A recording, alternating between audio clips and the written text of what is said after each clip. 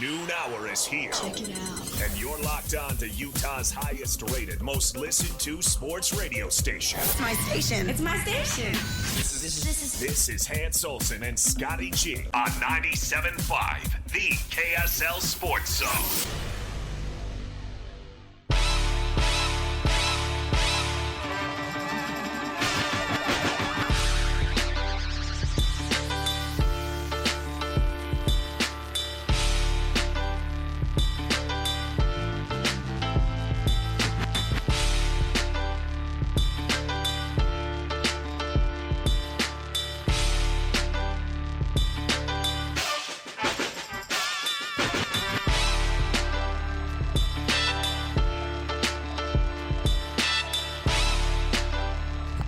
He ain't working on nothing. No. Of course not. No. Christian, don't give me that Lloyd say, like I'm efforting. Christian's just trying to get through the day. Christian's like, oh, yeah, no, I'll put something together for you. Sure, yeah, absolutely. I'll get on it. Hey. You ain't doing nothing. That's the first thing Lloyd teaches us in producer school. I know. Just make crap up. The good thing is we've got the amazing Andrea here. And I almost said something bad there. She knows what's what. She knows who's around. She'll pull guests. If she wants to grab some guests and bring them over, we're open for any conversations. I did run into Brian Russell just outside the door. So He is here. Is he going to come by? I will believe it when I see it. Mekhi Bernard. B. Russ avoids interviews like the plague. Oh, bring him over. If yeah, I will give you $10 if he actually comes by here because I don't believe it. I will Venmo you 8. Well, I'll give you 5. Because B. Russ avoids interviews like the plague. I did see Mekhi Bernard just walk by. I came in with Jack Kelly, so I know that some of the big names of BYU and Utah are here. I've been walking around. I'm actually seeing a lot of sports figures. There's a lot of sports names here. And if Brian Russell isn't enough to get you down here, I don't know what to do for you. Scotty, when's the last time you saw our boy B. Russ? It's been a minute. He looks different than you would ever ever imagine. Yeah. I had forgot just how large of a man that man truly is. He makes NFL offensive tackles right now look petite. Hey, let's not run him through it right now. I'm not. No, he's bulked up. He looks like he could play tackle. He's Dirk. Oh, but I love being down here, man. This is incredible. What a beautiful setup. These guys have put so much time into getting courts set up. They've got WWE wrestling going on right here behind us. Yeah, I know. Dudes are coming out. They're flying off the ropes. They're throwing clotheslines. They're doing the DDTs. They're coming down hard. And look at this, the whole Utah crew coming in right now. Ultimate Sports Bash here at the what used to be the old Expo Center. But come on down, hang out with us. We'd love for you to stop by, say hi. Let's go. Let's have some fun here, man. It's a Friday. It is a Friday. You made it to the end Mountain of the America week. Expo Center. Let's go. Let's do it. Come treat yourself. Come put on a smile. Come meet the sports figures that you'd love to go watch. And just see how they've got this thing set up. This is really incredible. They got bounce houses. This is an event set up for kids to come in and get autographs and get pictures with sports figures and jump in a wrestling ring and maybe come off the ropes and jump onto a basketball court, shoot some hoops with some Utah basketball players. And it's one of the events, Scotty, that you and I and where we grew up would have never happened. Never would have had an opportunity to be a part of anything like this. You know, the biggest thing that I got to be a part of when I was young was it Pogo's Nickel Palace? Oh, wow. Pojo's Nickel Palace, where it was a Nickelcade. Okay. They opened it up in Boise, and it was a nickel to play games. And my dad took me and my brother down a few times. I think it was either Pogo's or Pojo's Nickel Palace. And it is the coolest thing I can remember doing as a young kid. If I'd have had a chance, think about your parents bringing you to an event where the Denver Broncos were walking around and You had former Nuggets and former Jazz players walking around, and you could go up and meet the Ty Detmers and the Trevor Matiches, and ooh, there you go. You get to fired up about that one. Get to meet the Utah greats. That's what we got here, man. This is it. This is awesome. This is really cool, man. A lot of really cool things. You get to see all the mascots. You get to see you got the basketball courts. You get to, we've got our own little setup here where you can play a little golf. You can play a little cornhole. We got it all covered, man. If nothing else, come by and see hands. That's worth the price of admission, right? If you really want to waste your money, I am here. He is here. I will give you a handshake. I'll give you a hug. I'll give you a smile. But I am here. We've got panels with Brian Russell's. His panel is going to begin about right now. Greg Ostertag's got one at 1 o'clock. At 2 o'clock, there's a panel with Kyle Whittingham. At 3 o'clock, and I believe you're monitoring this one, the Britton Covey and Jaron Hall one. Yes. Yeah, I'm excited to talk to those two.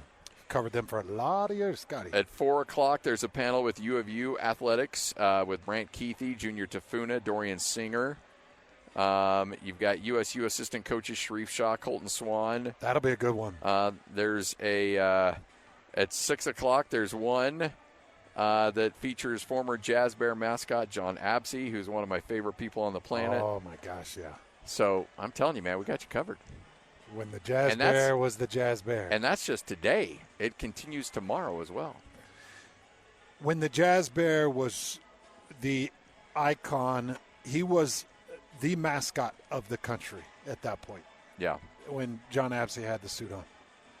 When you saw the bear climbing up the standard and going through the hoop one leg at a time, so he put his right leg in first, he would bend his left leg up in front of his face, and he would go through the hoop and net one leg at a time. Yeah. That was John Absey. Yeah, and to the point where there's a lot of things he couldn't do, not because he didn't want to, but because they wouldn't allow him to do it.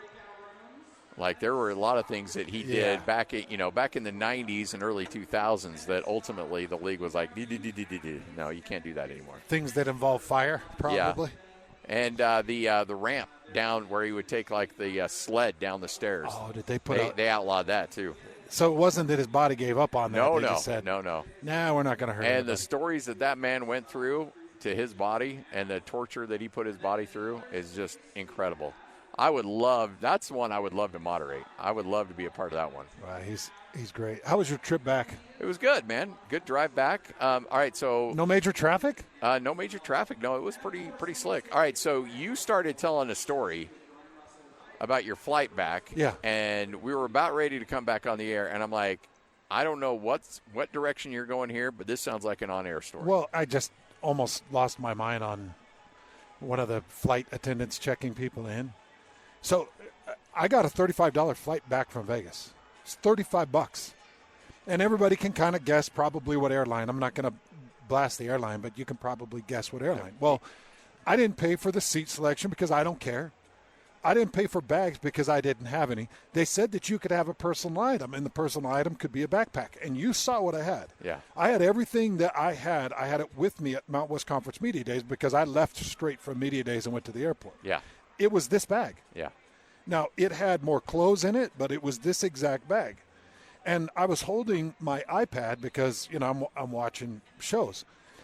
I watched 5 people. I was the very last person to check on the plane. I always am. I'm not Mr. I got to hurry and get on the plane and get situated. I think that those people are dopes.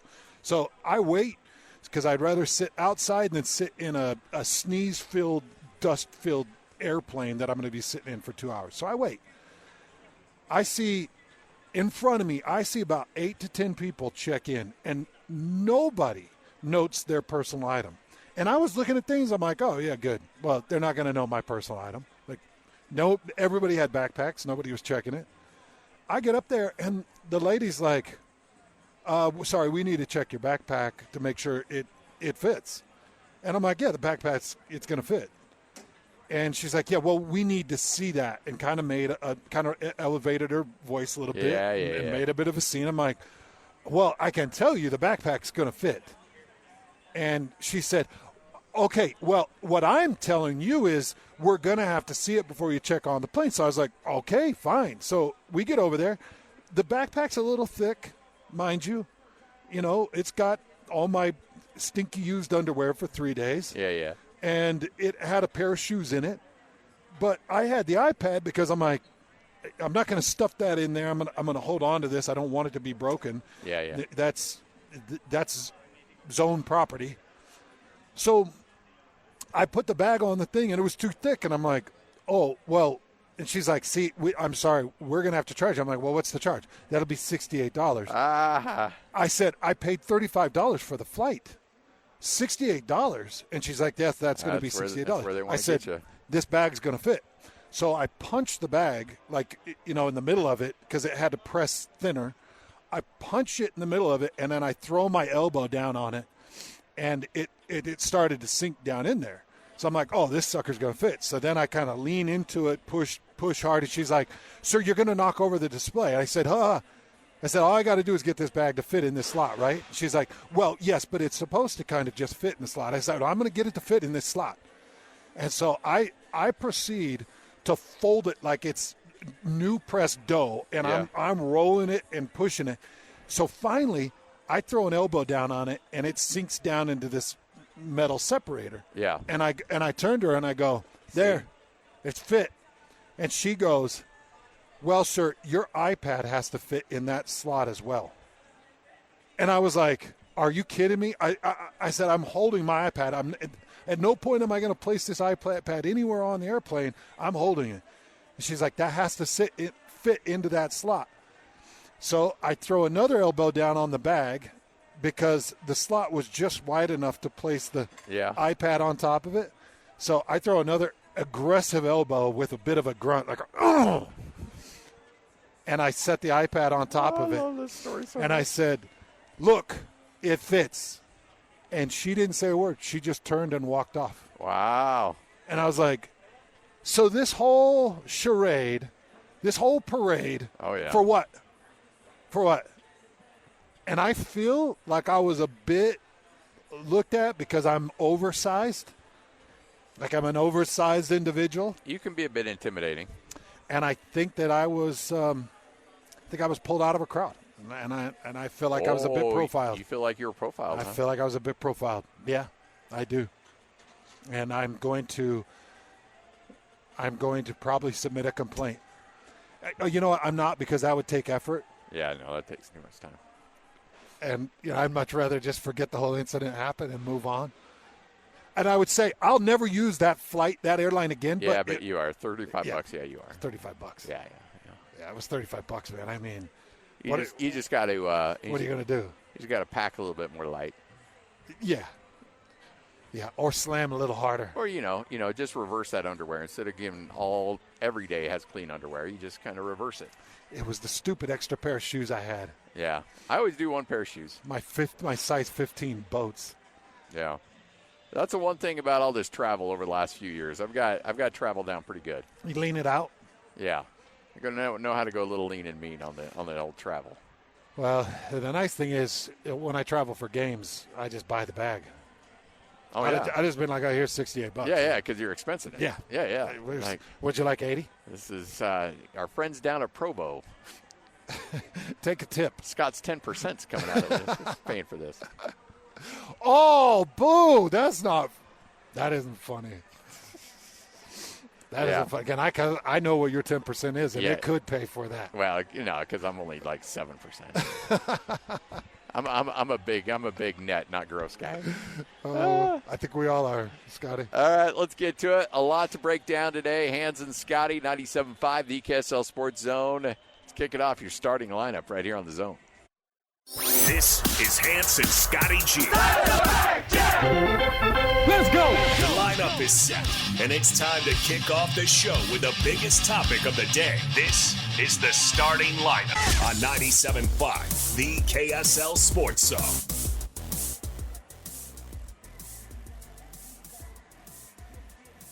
It is your starting lineup right here on 97.5, the KSL Sports Zone. All brought to you by Mountain Supply, where the pros go for plumbing, landscaping, irrigation, agriculture irrigation. You know the drill, the whole thing. Find a location near you at mountainland.com. All right, Hans, we got the media days in the rearview mirror. We spent 3-4 eventful days in Las Vegas. It was delightful, but boy, it is fun to be back and put that in the rearview mirror and get back home. It's interesting. The Big 12 now with some storylines starting to come out. Oh. Do you believe them? I'm having a hard time believing them. You're talking about the expansion storylines? But if there's one guy who we kind of make fun of for being a little bit of a P.T. Barnum, but the guy finds a way to get stuff done, Brett Yormark. Oh. If there's a guy who can pull it off, it might be Brett Yormark in a way to couple up and pony up with some private equity to find a way to lure Florida State, Miami, Clemson, and Virginia Tech and bring them into the Big 12. You buying it, buddy? I'm having a hard time buying it. I have seen – this isn't just a Greg Swaim report. No. This isn't just Orange Bloods. What was the ones that were spreading the rumors? There were a lot of people out there. This isn't just Im Haver or whatever that guy's name is that he was able to project one of the expansion moves or something. There's been people out there that they'll put out a post and everybody's like, boo, and then they chew them out, and then the fans of the other – conference tear them apart, and then months later they were right, and it's like, well, who is that person? Well, it ends up being Brett Yormark's burner account or something. Okay, so this one is really intriguing to me. Number one, that would be the most incredible thing that could ever happen to BYU in Utah. Oh, by a country mile. It would make it would put it in competition for 1, 2, or 3, no questions asked. Probably more 2. You're not going to be able to catch the SEC at this point. No. But that would solidify a conference, and it would give you a lot of things. Number one, as we kind of navigate into this world of eliminating NCAA and having your own governing body, I do think that is a conference, that's an entity that could have its own governing body. Yes. Number 2, one of the most interesting things that came out of this potential expansion talk, it's the payouts. Yes. And the style of payouts. So it's a tiered payout. And it doesn't matter if you're Clemson or Florida State. It matters how you finish in the conference. And so the reason I think there might be some validity to this, because I could see Yormark actually negotiating, navigating, and constructing something that is this far out of the box, where your top 4 conference finishers get a higher percentage of your TV distribution. Your middle 4, your bottom 4, it's all a tiered level on your distribution. I love it. It's not quite relegation where you're bumped out of the conference and they'll move a different team into the conference, but you are bumped down into payout tiers. And that means, okay, so if you want the higher payout, take more money that we're giving you, put it back into your structure, and become a better program. What that does is it ensures all your football teams are growing, getting bigger, getting better, getting stronger, getting faster, and that you're forcing the high-level competition. So I actually like the speculation of that. I think that's really intriguing. I think that in this day and age, you have to be, as you mentioned, outside the box. And this is a beautiful outside-the-box way of approaching things, where I don't think that you've got schools that are, and I know this isn't Big 12, but like a Vanderbilt or a Rutgers or these teams that are just sitting there cashing these big checks and not investing in their programs, are just happy to just be part of the party, get the big paychecks, but aren't really committed to winning. Like, okay, well then you don't get it. You don't get that big check. You don't get as much. I mean, you'll get a fat check. Don't get me wrong. You're getting good money, but you're not getting the money because you're not putting winning as a high priority. And those teams that do put winning as a high priority, then they get the rewards for it. And I think it's a beautiful way of looking at things, and I think that's a Brett Yormark way of approaching an opportunity to really reward those that go out there and try to get things done. And when you throw in the fact that you've got these kind of programs that you can lure away from the SEC or the Big Ten and bring them into the Big 12. That raises your profile of your conference. And again, it may not elevate you to the SEC, but you're hanging in there with the Big Ten with these programs. You're able to go toe-to-toe with the Big Ten. Yeah, for sure. Especially if you keep yourself in the upper tier. Yeah. I think those payouts would be massive in the upper tier. Okay? Another intriguing aspect of this. Oh, go ahead, Scotty. The only thing is I just don't like the private equity part of it. But that may be the only way you can pull this thing off. Yeah, because you're going to need the initial money to get the ACC teams. Yep. Because those buyouts are ridiculous. Don't they have to pay back structure? So things that were paid out for like the last 8 years, they got to pay it back or something absurd like that. It's going to cost hundreds of millions to try to get those 4 teams out of there. But if you can do it, it'd be worth it. The other thing is this would change the Big 12 to a 20-team conference. And what they're talking about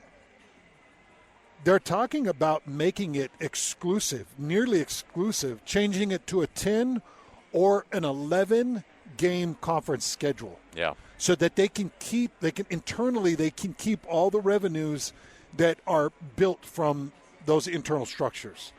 So I'm only dishing out one paycheck to another team, whether it's Conference USA or Mountain West Conference or an AAC or some other conference.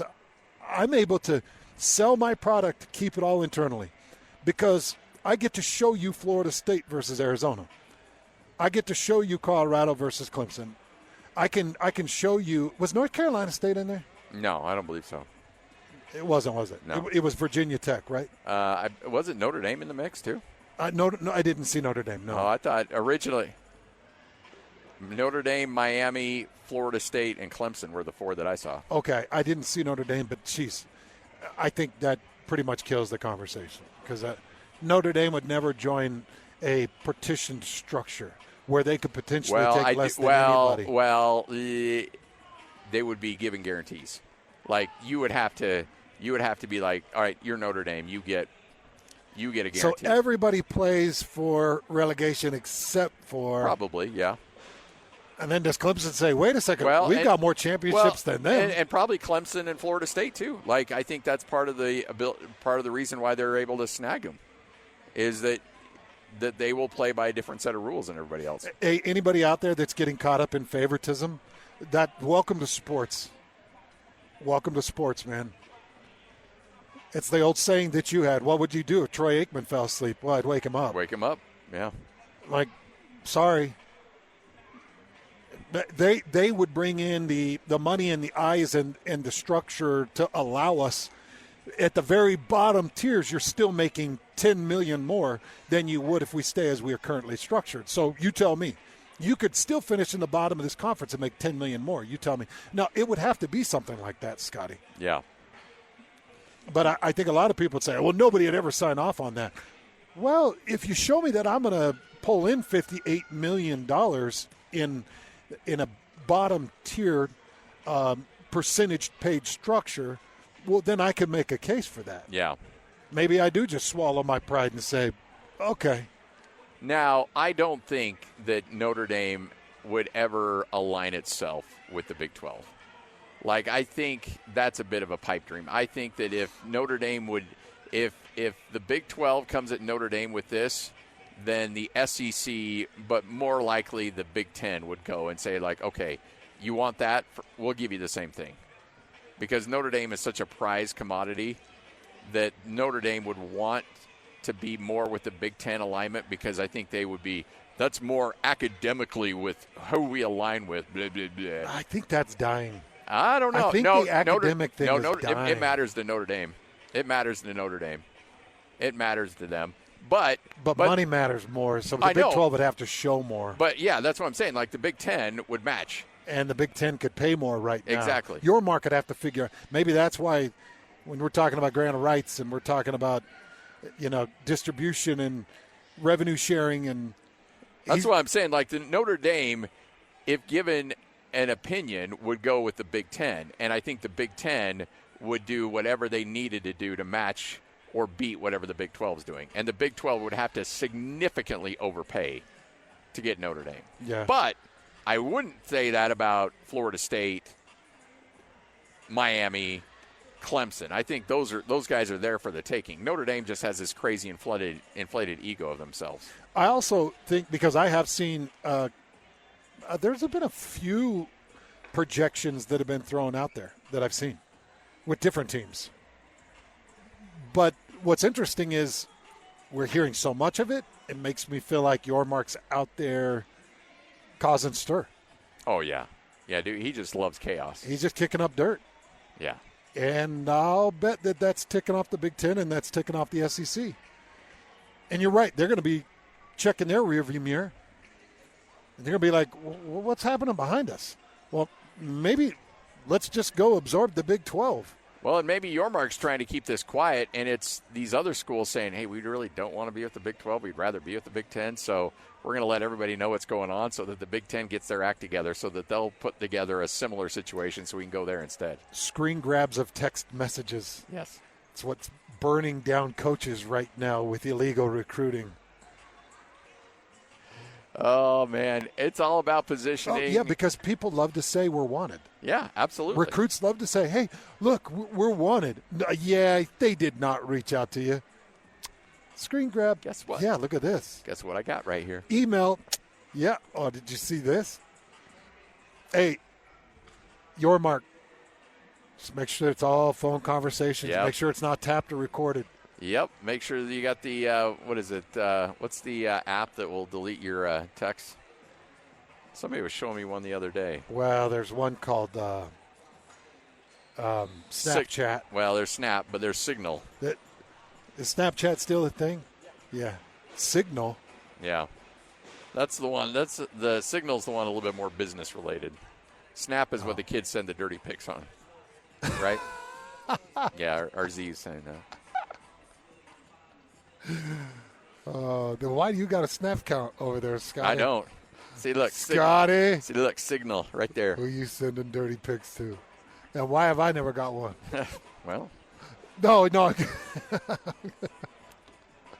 Hans and Scotty, 1226. Hope you're having a good Friday. Let's get to it, folks. We're out and about today. It is the Ultimate Sports Bash. All kinds of fun stuff going on. We'd love to have you out here. Stop by, and it goes today and tomorrow. It's the Ultimate Sports Bash right here on 97.5, the KSL Sports Zone.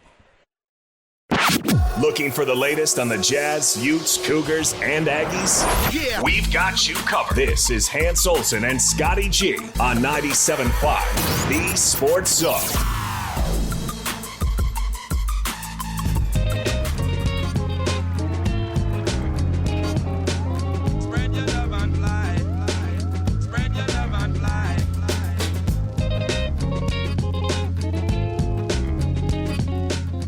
Hans Olsen, Scott Gerard, 97.5, the KSL Sports Zone.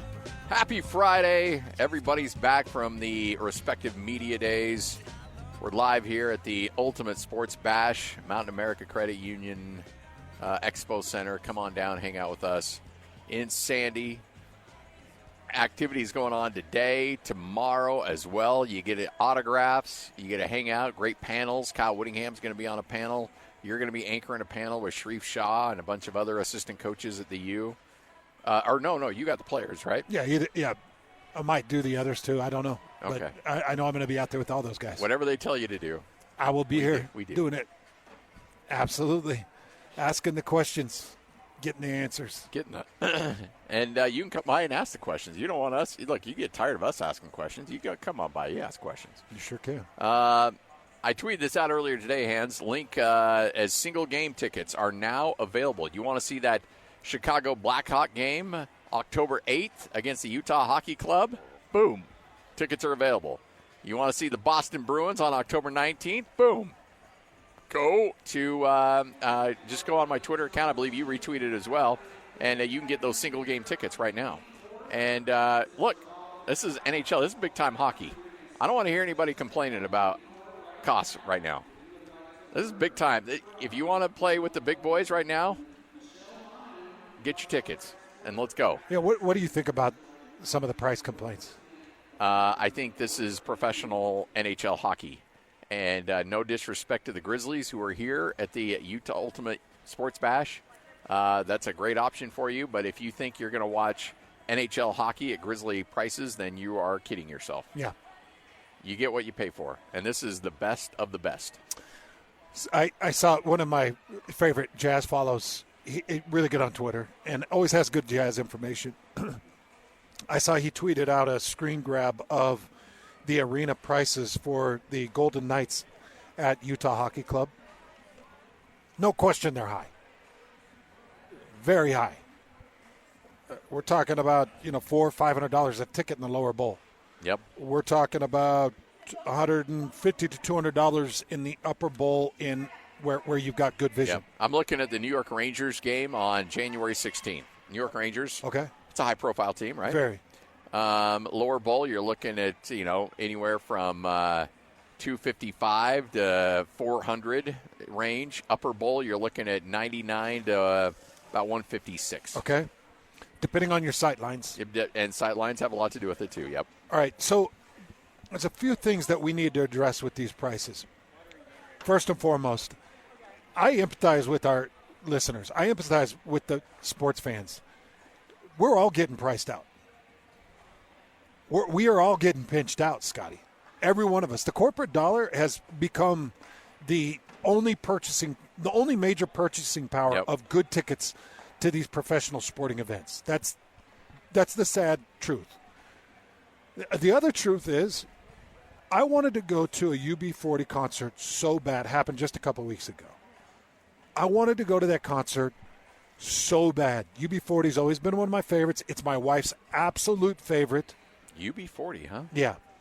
They were... Because I can't stop. Yeah. Remaking an Elvis. Did a great job on that Elvis song. Remade a Neil Diamond. Great. Yep. That's where Red Red Wine came from. Yep. That's Neil Diamond. But UB40, if anybody could do it better than Elvis or do it better than Neil, they just took it, made it their own style, and they're incredible. I wanted to go. Horrible. Amanda wanted to go. She was begging. I've got a couple of concert tickets coming up this summer. I couldn't afford it. It was, and I know you really? Yeah, it was $250 to. No. Yeah, it was $250 to get a seat that was worth UB40 going to. Wow. Yeah, it was $180 to be on the lawn. And I was like, yeah, and I love this venue. It's one of my favorite venues in the state by a long shot. I love this venue. But if you're going to be on the lawn, you got to think about it and be like, is it just better that I get a really nice sound system for the same cost and crank it up in my house and watch some on TV or something? Like, you have to really weigh your options. I couldn't afford it. So what did we do? We just didn't go. Yeah. And I get it. People are being priced out of the Utah Hockey Club. And if you think stomping your feet and saying, well, I can't afford it, so I'm not going to go, is it going to affect a dang thing? You're wrong. Because the reason they've got prices set where they are is because they got demands where they are. Yeah. They are stuck in a 10,000-seat arena essentially right now with sightlines. They've got 10,000 seats for probably 150,000 requests. So as you look at the requests and you look at the seats, you're like, and then you look at the price tag of building new facilities off 106 South, because you're building 2 new practice arenas off 106 South. You're breaking ground and you're getting going right now.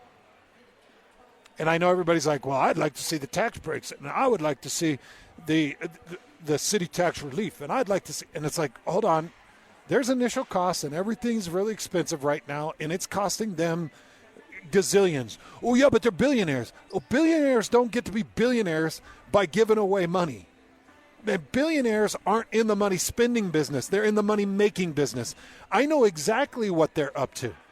Everybody does. Now, I know that the downtown rebuild is going to be spectacular for everyone, and we need it. The city's got to improve. Yeah. But it is not a charitable project. Eventually, it is going to be a massive moneymaker. Eventually. But if you want to compare apples to apples, he could take that product off 106th, and I'll bet he could take 5 to 6 times revenue on it. Oh, yeah. Yep. 100%. So Ryan Smith and Smith Entertainment Group is trying to do the right thing by the city. He's not trying to lose money. No, you're not losing money on this thing. And he's not trying to price out the average viewer. He's not. He just has to do what he's got to do. Otherwise, you're not maxing out your product. Yeah. And ultimately, you got your old Adam Smith invisible hand. Like, the market's going to bear what the market's going to bear. And if nobody buys tickets, then these prices will come down. And so, look, honestly, if the team loses, and nobody wants to go see it, the prices will come down. You got a little sticker shock today. And I understand that. It shocked me. Yeah, I mean, I understand that. People saw that today, and they're like, oh, wow. Okay. Is this what the price is going to – I'm pointing out the game for the New York Rangers on January 16th. Is this what the ticket prices are going to be on January 14th? I don't think so. I think they'll probably be a little bit lower than this. Or, who knows, maybe the hockey team blows up. They're right in playoff contention. They might be more than that on the secondary market. This is what you're getting face value right now. So you can play your odds. You can hang in there. This is why you have single-game tickets available, because you can load up and save up for one individual game. Like, this is just how the game's played, folks. And so, look, I understand you might be a little grumpy about it. You might be a little upset about it. But at the end of the day, this is what the market's bearing. And trust me, I've been around these guys long enough to know that there is a lot of research and a lot of time and a lot of resources that go into making sure that these prices are set where they feel like that they, that the market will bear it. Yeah. And so whether you can bear it as a consumer, that's up to you and your own personal finances. How badly do you want to go to a game? I think that there will be opportunities for you throughout the season for you to get to a game at a reasonable price. It may not be the New York Rangers, maybe the Ottawa Senators. I don't know. But there'll be opportunities for you to get in at a reasonable price. You just have to play the game a little bit, keep an eye on the secondary market, maybe go downtown, wait for somebody to put their hand up in the air, wheel and deal a little bit. But if you want to go to a game, there'll be opportunities for you to get to a game. I have little doubt about that at a reasonable price. You just have to know how to play the game a bit.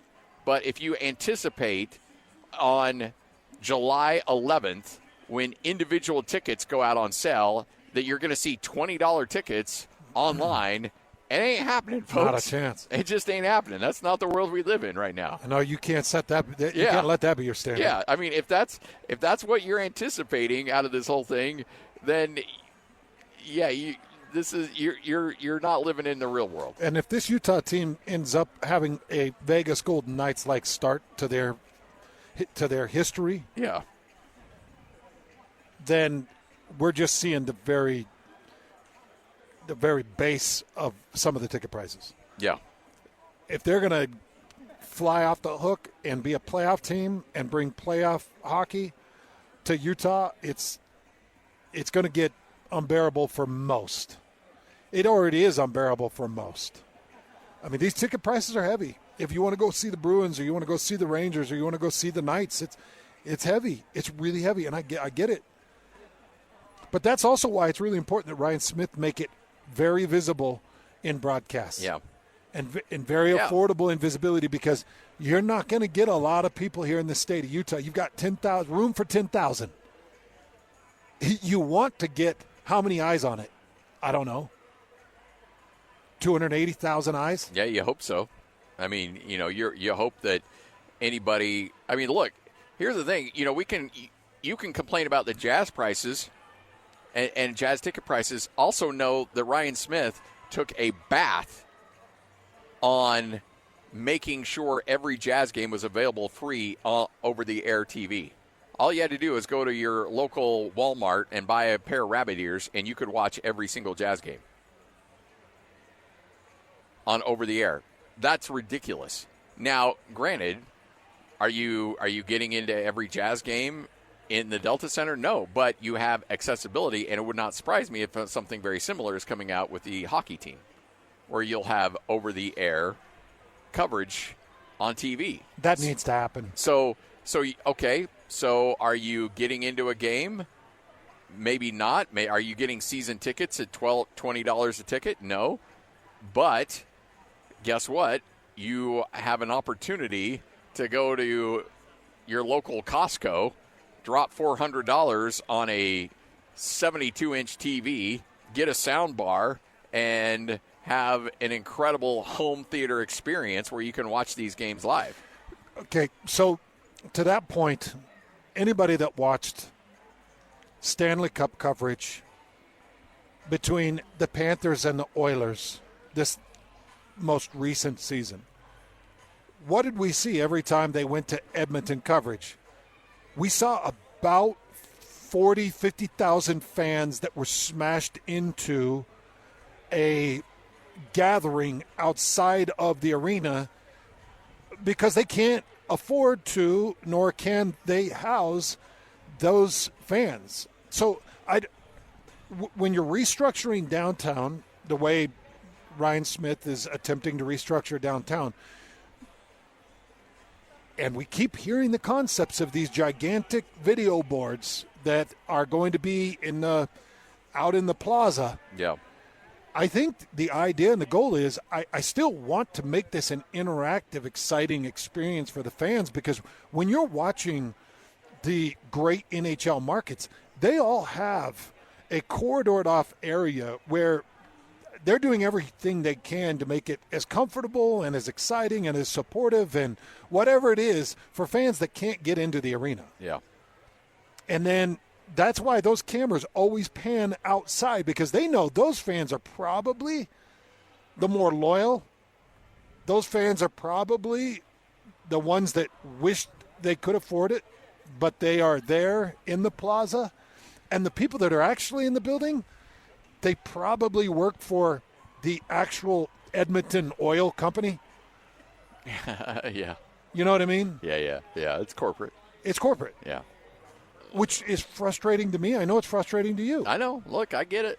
Like I know this segment, I'm going to come across a little calloused and very, capitalistic, but it is the world we live in right now. And I also get really upset with fans that get hypocritical with owners that they're like, oh, you're not spending enough money. Oh, but you're charging me too much for tickets. Like, you can't have it both ways. You can't be mad at an owner if they're not spending money on a free agent. Like, oh, he needs to be that free agent. He should have been here. You should have paid that asking price, or you should have kept him here. Blah, blah, blah. You're a billionaire.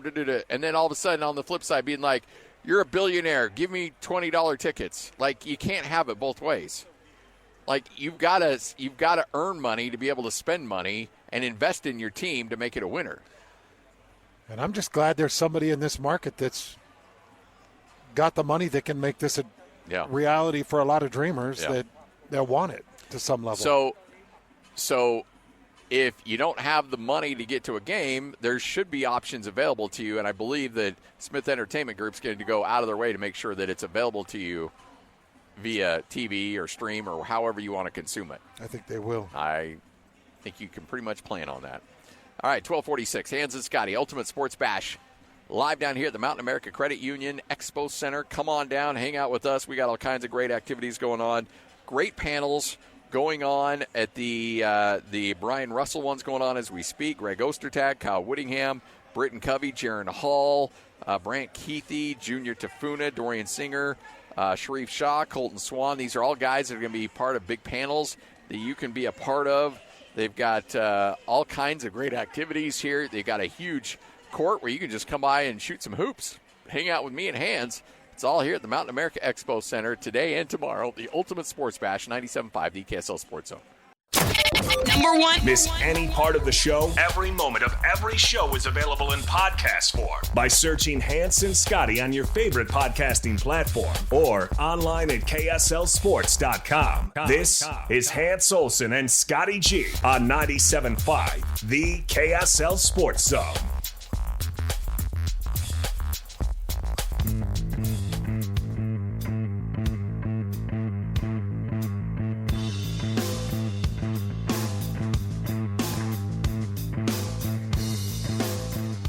Hans and Scotty, 97.5, the KSL Sports Zone. It's a good Friday.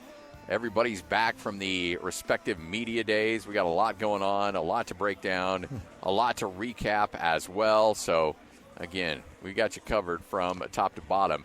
Make sure to nominate the youth sports volunteer you know for the Hercules Hero of the Week. Submit your nominations at KSLSports.com and listen every Thursday afternoon as JJ and Alex will announce the winner. All brought to you by Hercules Credit Union and Beehive Mills. Okay, so coming out of Media Days, Scotty, Vegas has set the Heisman odds. Okay. And they've actually shifted since the last time they'd released odds. All right.